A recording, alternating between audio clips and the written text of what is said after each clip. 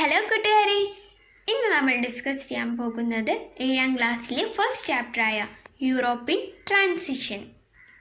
Hello friends, welcome back to my channel talent hunt.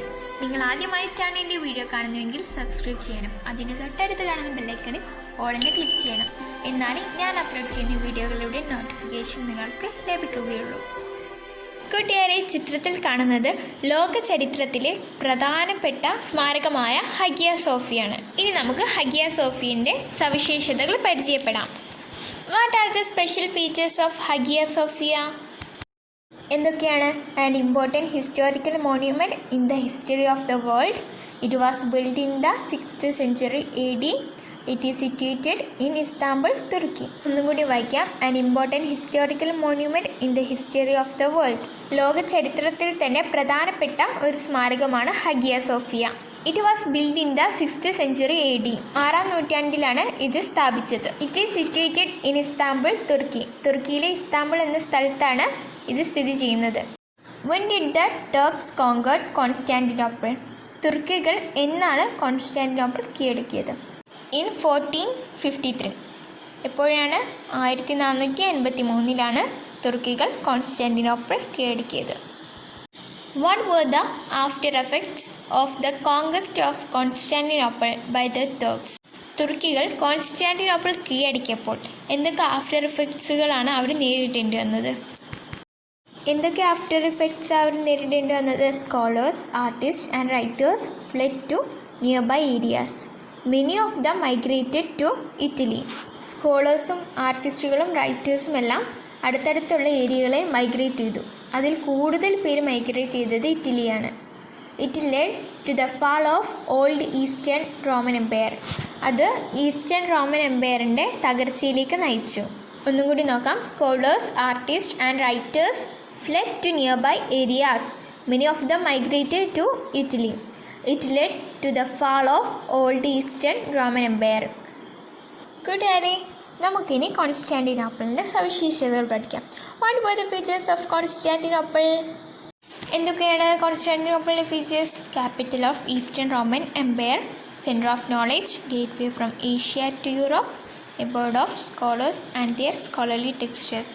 Capital of eastern Roman empire, eastern Roman എംപയറിൻ്റെ തലസ്ഥാനമായിരുന്നു. Centre of knowledge, വിജ്ഞാനത്തിൻ്റെ കേന്ദ്രമായിരുന്നു. Gateway from Asia to Europe, ഏഷ്യയിൽ നിന്ന് യൂറോപ്പിലേക്കുള്ള ഒരു ഗേറ്റ് വേയും കൂടിയായിരുന്നു Constantinople.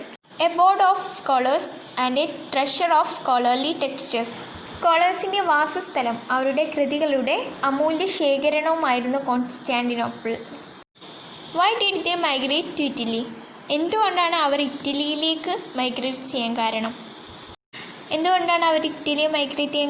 Italy was a country that upheld the rich Greco Roman tradition. Greco Roman പാരമ്പര്യത്തെ സപ്പോർട്ട് ചെയ്യുകയും പ്രൊമോട്ട് ചെയ്യുകയും ചെയ്തിരുന്ന ഒരു രാജ്യമായിരുന്നു ഇത്, Italy. The rich Italian traders were the patrons of art, literature and culture. കലയുടെയും സാഹിത്യത്തിൻ്റെയും സംസ്കാരത്തിൻ്റെയും സംരക്ഷകരായിരുന്നു ഇറ്റലിയിലെ വ്യവസായികൾ. The rich Italian traders were the patrons of art, literature and culture. അടുത്തത് ഏതാണ്? These traders were keen to preserve the historical and cultural heritage. ഇറ്റലിയിലെ വ്യവസായികൾക്ക് ഹിസ്റ്റോറിക്കൽ ആൻഡ് കൾച്ചറൽ ഹെറിറ്റേജ്, ചരിത്രപരമായതും സാംസ്കാരികപരമായതും ഹെറിറ്റേജുകളെ സംരക്ഷിക്കാൻ താല്പര്യമുള്ളവരായിരുന്നു ഇറ്റലിയിലെ വ്യവസായക്കാർ. ഇനി നമുക്ക് റിനൈസൻസിനെ കുറിച്ച് പഠിക്കാം, നവോത്ഥാനത്തിനെ കുറിച്ച്. 13ാം നൂറ്റാണ്ടിൻ്റെ അവസാനത്തിലാണ് ഇറ്റലിയിലാണ് റിനൈസൻസ് ആരംഭിച്ചത്. ഇറ്റലിയിൽ 13ാം നൂറ്റാണ്ടിൻ്റെ അവസാനത്തിലാണ് റിനൈസൻസ് പടർന്ന് പന്തലിച്ചത്. എന്താണ് റിനൈസൻസ് എന്ന് നോക്കാം. A new awakening in all spheres of human life in Europe is known as renaissance. മനുഷ്യ ജീവിതത്തിൻ്റെ എല്ലാ തലത്തിലുമുള്ള ഒരു ഉണർവായിരുന്നു റിനൈസൻസ്, നവോത്ഥാനം. എന്താണ് renaissance? A new awakening in all spheres of human life in Europe is known as renaissance. നമുക്ക് എന്തൊക്കെയാണ് നവോത്ഥാനത്തിൻ്റെ റിനൈസൻസിൻ്റെ concepts എന്തൊക്കെയാണെന്ന് നോക്കാം. 4 ആശയങ്ങളാണ് റിനൈസൻസ് മുന്നോട്ട് വെച്ചത്. ഒന്ന് humanism, rationalism, growth of regional languages, spirit of enquiry. Humanism എന്ന് പറഞ്ഞാൽ മനുഷ്യത്വം, റാഷണലിസം എന്ന് പറഞ്ഞാൽ യുക്തിചിന്ത, ഗ്രോത്ത് ഓഫ് റീജിയണൽ ലാംഗ്വേജസ്. പ്രാദേശിക ഭാഷയുടെ വളർച്ച, സ്പിരിറ്റ് ഓഫ് എൻക്വയറി, അന്വേഷിക്കാനുള്ള താല്പര്യം. അങ്ങനെ 4 കോൺസെപ്റ്റാണ്, 4 ആശയങ്ങളാണ് റിനൈസൻസ് മുന്നോട്ട് വെച്ചത്. ഒന്ന് humanism, rationalism, growth of regional languages, spirit of enquiry. ഇനി നമുക്ക് ഹ്യൂമനിസം എന്താണെന്ന് പഠിക്കാം. What is humanism? The vision primarily concerned with the various aspects of human life is known as humanism. മനുഷ്യ ജീവിതത്തിന് പ്രാമുഖ്യം കൊടുത്തുകൊണ്ടുള്ള കാഴ്ചപ്പാടിനെയാണ് ഹ്യൂമനിസം എന്ന് പറയുന്നത്.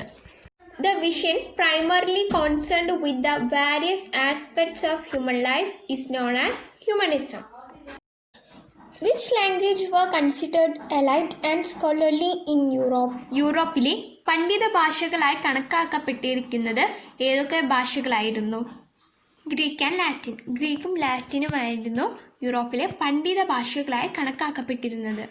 എന്നാലോ 13-ാം നൂറ്റാണ്ടിൻ്റെ തുടക്കത്തോടെ ലാറ്റിൻ, ഗ്രീക്ക് എന്നീ ഭാഷകൾക്ക് പകരം ഇംഗ്ലീഷ്, സ്പാനിഷ്, ഫ്രഞ്ച് തുടങ്ങിയ പ്രാദേശിക ഭാഷകളിൽ കൃതികൾ രചിക്കാൻ തുടങ്ങി.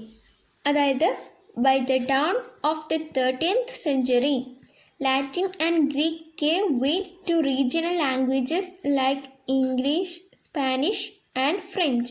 സാധാരണ മനുഷ്യരുടെ ജീവിതമായിരുന്നു ഇത്തരം കൃതികളിലെ പ്രതിപാദ്യം. The writers of this period adopted the life of the common man as the central theme of their work. അതായത് സാധാരണ മനുഷ്യരുടെ ജീവിതമായിരുന്നു ഇത്തരം കൃതികളിലെ പ്രതിപാദ്യം.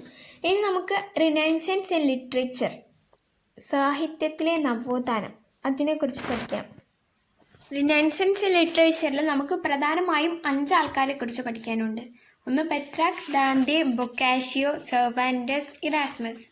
ആദ്യം നമുക്ക് പെട്രാക്കിനെ കുറിച്ച് നോക്കാം. Petrarch, he is known as father of renaissance. പെട്രാക്കാണ് നവോത്ഥാനത്തിൻ്റെ പിതാവ് എന്നറിയപ്പെടുന്നത്. The magnum opus of Petrarch is Secretum.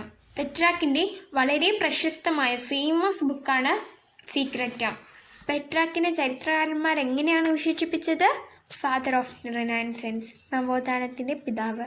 പെട്രാക്കിൻ്റെ പ്രസിദ്ധമായ ബുക്ക് ഏതാണ്? സീക്രറ്റം. ഇനി റിനൈസൻസിലെ റൈറ്റേഴ്സിൻ്റെയും അവരുടെ വർക്ക്സും നമുക്ക് പരിചയപ്പെടാം. ദാന്തെ രചിച്ചതാണ് ദ ഡിവൈൻ കോമഡി. ബൊക്കാഷിയോടേത് ദ ഡിക്കാമറൻ. സെർവാൻറ്റസ് രചിച്ചതാണ് ഡോൺ കിക്സോട്ട്. ഇറാസ്മസിൻ്റേതാണ് ഇൻ പ്രൈസ് ഓഫ് ഫോളി. ഒന്നുകൂടി നോക്കാം. Dante the divine comedy, Boccaccio the Decameron, Cervantes Don Quixote, in praise of folly ആരുടേതാണ്? ഇറാസ്മസ്. ഇനി നമുക്ക് റിനൈസൻസ് ഇൻ ആർട്സ്, നവോത്ഥാനം കലയിൽ, അതിനെക്കുറിച്ച് പഠിക്കാം. നവോത്ഥാന കലകളിൽ ഏറ്റവും ശ്രദ്ധേയം ചിത്രകലയായിരുന്നു.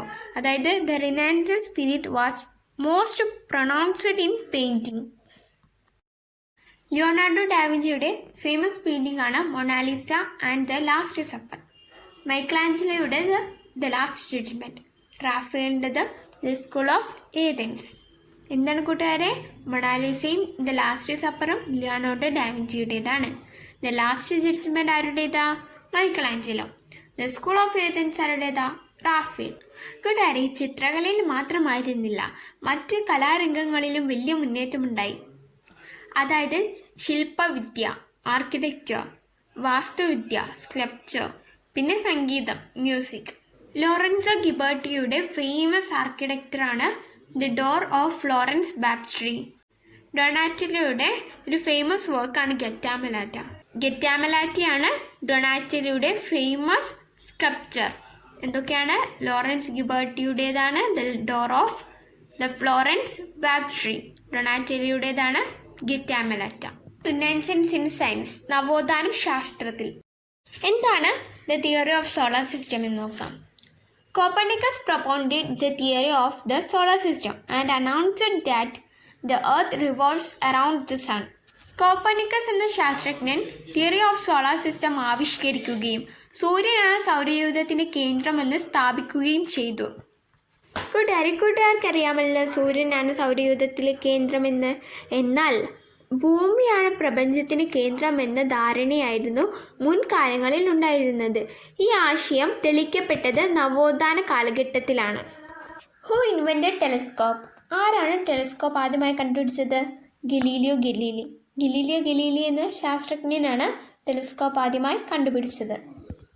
Galileo Galilei invented the telescope, and using it he scientifically proved that the theory put forward by Copernicus was true.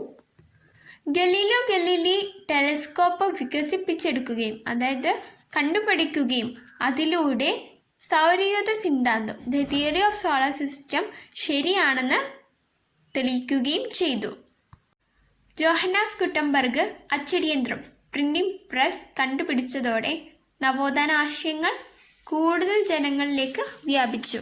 It became easier to propagate the Renaissance ideas widely among the masses with the invention of the printing press by Gutenberg. Who invented printing press? ആരാണ് printing press കണ്ടുപിടിച്ചത്? അച്ചടിയന്ത്രം Johannes Gutenberg. 1439 printing press കണ്ടുപിടിച്ചത്. Reformation എന്താണെന്ന് നോക്കാം. What is reformation? The refinement underwent by the European Christianity in the 16th century is known as Reformation. Martin Luther led this movement which began in Germany.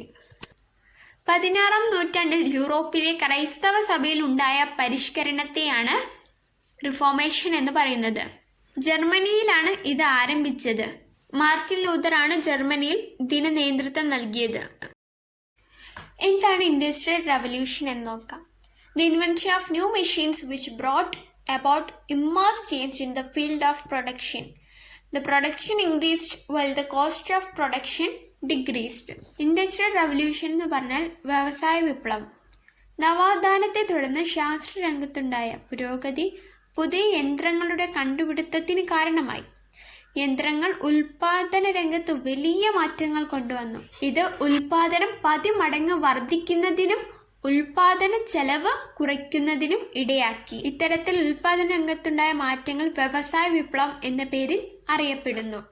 ഇനി നമ്മൾ പഠിക്കാൻ പോകുന്നത് industrial revolution കാലത്തെ കണ്ടുപിടുത്തങ്ങളാണ്. വ്യവസായ വിപ്ലവ കാലത്തെ കണ്ടുപിടുത്തങ്ങളാണ്. എന്തൊക്കെയാണ്?